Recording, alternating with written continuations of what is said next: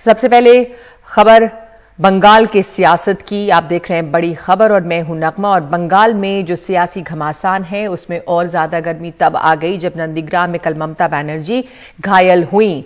अब ये घायल जो वो हुई वो एक हादसा था या उनके ऊपर हमला किया गया, इसके ऊपर जांच हो रही है। टीएमसी ने यह आरोप लगाया है कि ममता बनर्जी पर हमला किया गया और इलेक्शन कमीशन के पास जो इसकी रिपोर्ट पहुंची है उसमें यह लिखा हुआ है।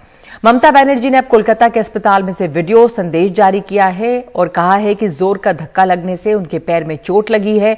उन्होंने कार्यकर्ताओं से शांति बनाए रखने की अपील भी की है, लेकिन इस बीच इस मामले पर सियासत जमकर हो रही है। मुख्यमंत्री की गाड़ी के आसपास भारी भीड़। सीट पर बैठने के पहले वो भीड़ को अभिवादन करने के लिए फुटबोर्ड पर थीं।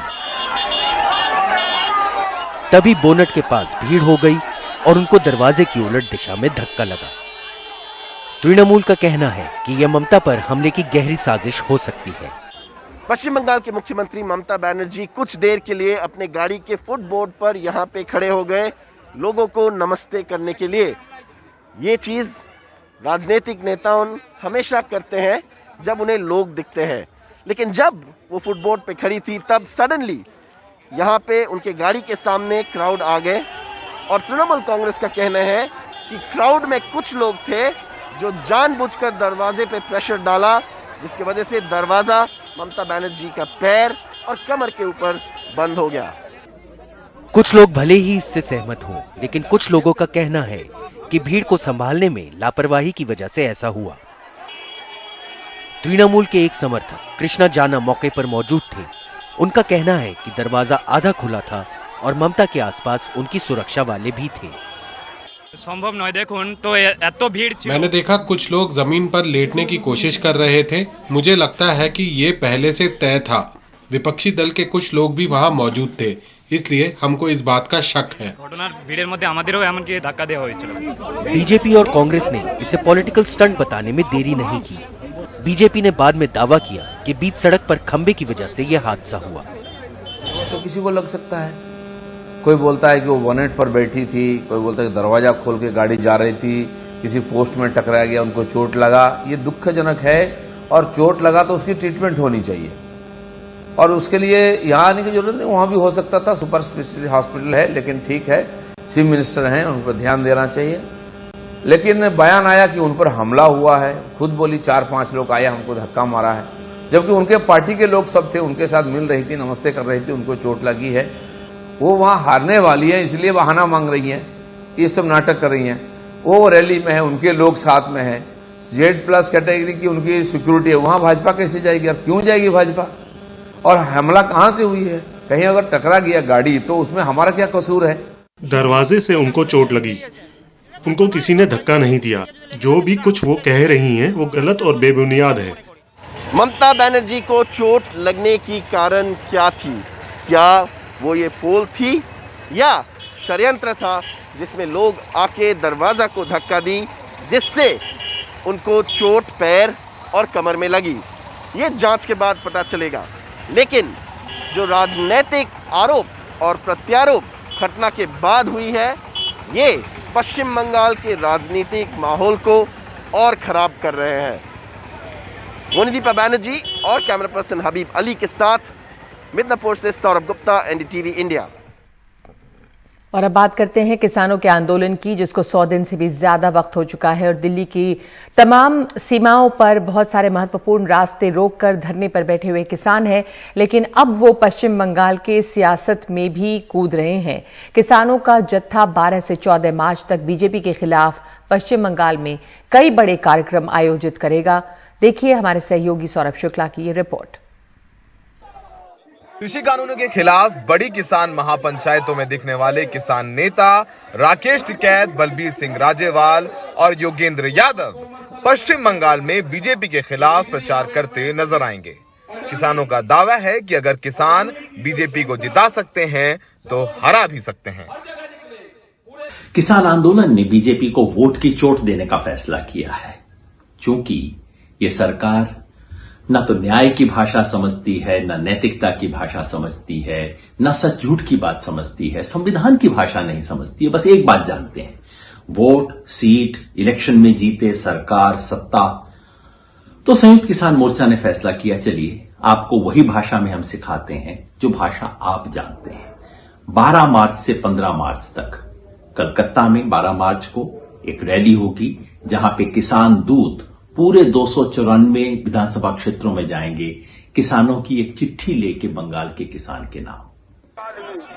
किसान संगठनों के कार्यकर्ता पश्चिम बंगाल की सभी 294 सीटों पर बीजेपी के खिलाफ प्रचार करेंगे। हाई प्रोफाइल सीट नंदीग्राम में भी किसान नेता राकेश टिकैत और योगेंद्र यादव बीजेपी के उम्मीदवार शुभेंदु अधिकारी के खिलाफ प्रचार करेंगे। किसान संगठनों के आधिकारिक कार्यक्रम के मुताबिक 12 मार्च को कोलकाता में प्रेस कॉन्फ्रेंस और गाड़ियों का मार्च होगा। दोपहर 3 बजे रामलीला पार्क में किसान महापंचायत होगी। 13 मार्च को नंदीग्राम में किसान महापंचायत होगी। 14 मार्च को सिंगूर और आसनसोल में किसान महापंचायतें होंगी। किसान संगठन पश्चिम बंगाल के बाद तमिलनाडु, असम, केरल और पुडुचेरी में भी बीजेपी के खिलाफ प्रचार करेंगे। किसान संगठनों का कहना है कि वो लोगों से बिना किसी राजनीतिक दल का नाम लिए बीजेपी के खिलाफ वोट करने की अपील करेंगे, सम्मानित करेंगे। किसान संगठनों का कहना है कि चुनाव पैमाना है कि कानून अच्छा है या नहीं, क्योंकि गुजरात के निकाय चुनाव जब बीजेपी ने जीते तो बीजेपी ने कहा कि गुजरात की जनता ने कृषि कानूनों पर ठप्पा लगाया है। यही वजह है कि अब किसान कह रहे हैं कि इन 5 राज्यों में चुनाव हराने के लिए बीजेपी के खिलाफ वो कैंपेन करेंगे। और इस बहाने एक अच्छी बात जरूर होगी कि कृषि एक चुनावी मुद्दा जरूर बनने जा रहा है। मैं दिल्ली से Saurabh Shukla, NDTV India. Corona के मामले बढ़ने से नागपुर शहर में 15 से 21 मार्च तक पूरी तरह लॉकडाउन का ऐलान किया गया है। महाराष्ट्र सरकार में मंत्री नितिन राउत ने कहा है कि जो जरूरी सेवाएं हैं वो जारी रहेंगी। मुख्यमंत्री उद्धव ठाकरे ने चेतावनी दी है कि हालात नहीं सुधरे तो महाराष्ट्र में नागपुर के बाद दूसरे शहरों में भी लॉकडाउन हो सकता है। It's a very serious matter. पिछले 24 घंटों में 13,000 से ज्यादा मामले, देश में सबसे ज्यादा। मुख्यमंत्री उद्धव ठाकरे को चेतावनी देनी ही पड़ी। हमें महाराष्ट्र की बहुत चिंता है। कई जगहों में, खासतौर से नागपुर में लॉकडाउन लागू हो गया है। ये बहुत ही गंभीर बात है। पिछले 24 घंटों में तकरीबन 1800 केस सामने आने के बाद नागपुर में 15 मार्च से लॉकडाउन का ऐलान कर दिया है। मैं पिछले वक्त कहा था कि लोगों ने खुद का स्वास्थ्य अच्छा रखने के लिए खुद पर ध्यान केंद्रित करना चाहिए और मुझ पर ऐसी कोई आपत्ति ना लाई जाए कि मैं शहर में लॉकडाउन कर सकूं। लेकिन कल की स्थिति न देखने के बाद आज मुझे यह कठोर निर्णय लेना पड़ रहा है। महाराष्ट्र में लगातार कोरोना के मामले बढ़ रहे हैं। मुंबई में 1500 से ज्यादा मामले सामने आए हैं। पिछले 5 महीनों में पहली बार एक दिन में सबसे ज्यादा मामले बढ़े हैं।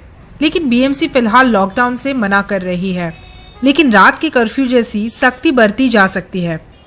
पिछले 7 दिनों में राज्य में 70,000 से ज्यादा केस आए हैं, औसतन 10,000 रोज। पुणे में 14 मार्च तक रात का कर्फ्यू है, वहां 1500 से लेकर 1800 तक केस आ रहे हैं। कंटेनमेंट जोन्स में लॉकडाउन के बावजूद थाने में तकरीबन 300 मामले रोज आ रहे हैं। अहमदनगर में रात का कर्फ्यू है, लेकिन वहां भी रोज 250 के आसपास केस आ रहे हैं। औरंगाबाद और जलगांव में रोज 500 मामले आ रहे हैं और नासिक में रोज 1000 से ज्यादा मामले सामने आ रहे हैं।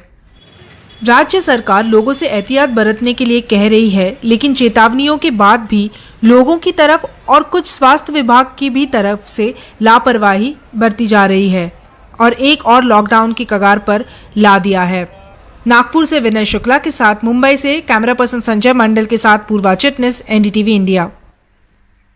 तो यह है नागपुर की हालत और महाराष्ट्र के दूसरे शहरों में भी हालत सही नहीं है और इसीलिए उद्धव ठाकरे जो मुख्यमंत्री हैं उन्होंने चेतावनी दी है कि एहतियात बरता जाए, नहीं तो दूसरे शहरों में भी लॉकडाउन की नौबत आ सकती है। इस वक्त बड़ी खबर में इतना ही।